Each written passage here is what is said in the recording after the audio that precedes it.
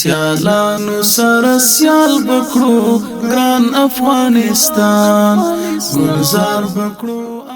د کابل ښاروالۍ له لوري په کابل ښار نورو د ریاست الوزرا د مرستیال ملا عبدالغني برادر له لوري په داس حال کې چې کابل ښاروال مولوي عبدالرشید یې ملتیا کوله ګټې اخیستنې ته وسپارل شوې. په یادو مراسمو کې د ریاست الوزرا لومړي مرستیال وویل چې د کابل ښار د اقتصادي ودې او معیاري کېدو په برخه کې یادې پروژې له خورا ارزښت څخه برخمنې دي او له ټولو ښاریانو څخه یې غوښتنه وکړه چې د کابل ښار د معیاري پراختیا او د پروژو د پلي کېدو په برخه کې له کابل ښاروالۍ سره همکار واوسي. موږ د ټولو هیوادوالو او خصوصا د کابل د ښاریانو او خصوصا د هغه خلکو چې دا کم سړک اوس دوی افتتاح کوو، موږ په دې ځای کې ولاړ یو چې دا افتتاح د 5 پروژو د نورو هم ده. که دغه سړک کم دغه باندې ورشي باید هغه ښه په اخلاص باندې،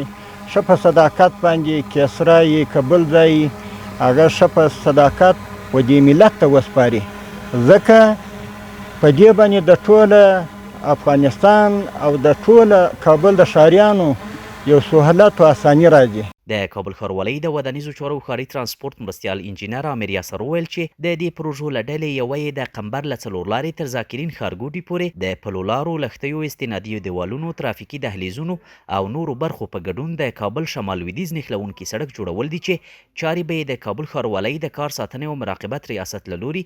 د 7645 متره اوږدوالي او 10 متره سور په درلودلو سره په معیاري توګه د 18 میاشتو په موده کې د 510 میلیونه افغانیو په لګښت بشپړې شي. یاده پروژه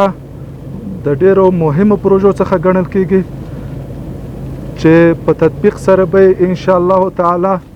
د ترافیکي ستونزو سربیره ګڼ مشکلات حل کړي او د کابل شهروندانو ته به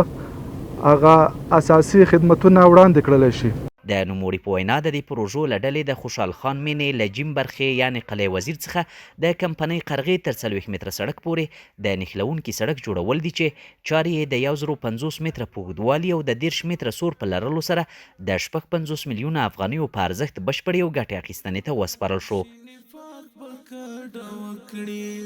تورتم بشي ناراضه